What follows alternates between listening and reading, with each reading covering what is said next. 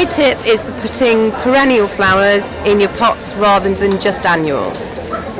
You may be one of those people having trouble to get your carrots, beetroots and parsnips to germinate. The answer is it's been too dry, too warm, too early. Keep trying, re-sow, and you'll be alright in the end. Top tips for your garden shed. A green roof. Looks fantastic, does wonders for the environment. And that's my phone ringing. A new plant for this year is these bijou clematis. Fantastic, they'll take up any frost. This year people are losing bay trees, but you don't lose that. It's lovely little pretty little plant. We strongly recommend it for the sort of winters we've been having now. It can take snow, frost, up to about 15 degrees of frost, so fantastic plant for this year. It goes in hanging baskets, so you put it in pots, so you can put it in borders. It spreads the mound forming. The more you pick off the heads, the more flowers you get. My advice would be little but often, so don't spend days in the garden. Get it while you want it, but do it little by little. Don't overdo it, enjoy it. Hello, my name's Jane. I'm from Implementation's Copper Garden Tools. Here are my old trowels, and my gardening tip is take your time, find the speed of the earth and enjoy it. Find the rhythm of the seasons and make sure you enjoy it. Radio top tip for controlling slugs in the garden this year, folks. Use dried cat food.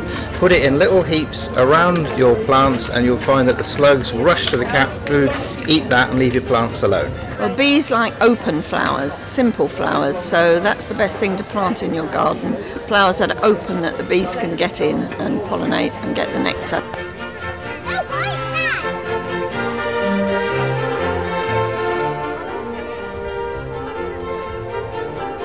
Hi, my name's Gilly, and my top tip for growing a meadow is if you've got thick grass and you're trying to create a meadow in that area, then grow some yellow rattle plants. You can buy them from seed, and that will help break down the thick thatch that you might have from existing grass.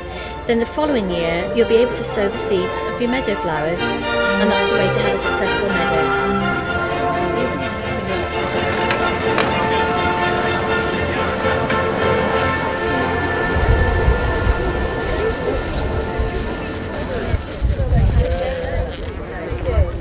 Okay then, this is what you can do with Comfrey, and this is today's top tip.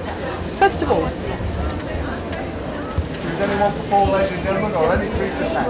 this is the most wonderful plant called Comfrey. It's the Bocking 14 variety, and it's especially high in phosphates, I think.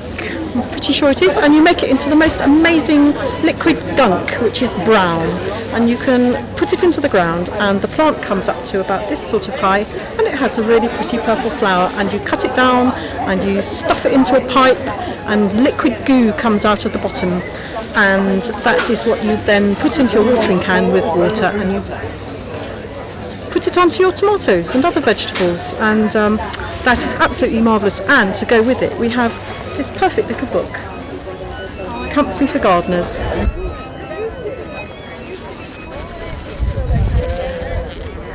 A green roof makes it look good for the environment. Very easy, just make sure your shed is a little bit stronger than most. It needs to be waterproof, so make sure your felt is good before you put this on.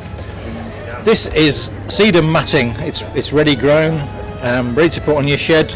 The only other thing you need is a water retention mat, just to give a bigger window of opportunity when it rains.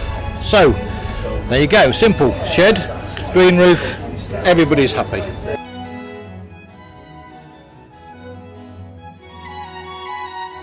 These are earthworms. These are deep burrowing earthworms called lobworms, and worms are the gardener's best friend. If you've got worms in the garden, then everything else will follow. They improve the moisture retentive properties, they improve the drainage of the soil, they make soil health into a fabulously delightful affair. As they eat waste, they bump off harmful organisms as it passes through their body, and they promote the growth of friendly bacteria.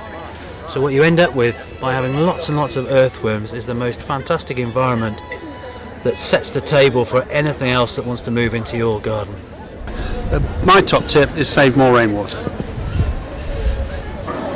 My top tips are that if you have a raised bed, fill it with half compost and half topsoil from an optimum start for your vegetables. And my second tip would be to make sure that you make your beds out of timber thick enough to sit on in the evening with your gin and tonic. Those are my top tips.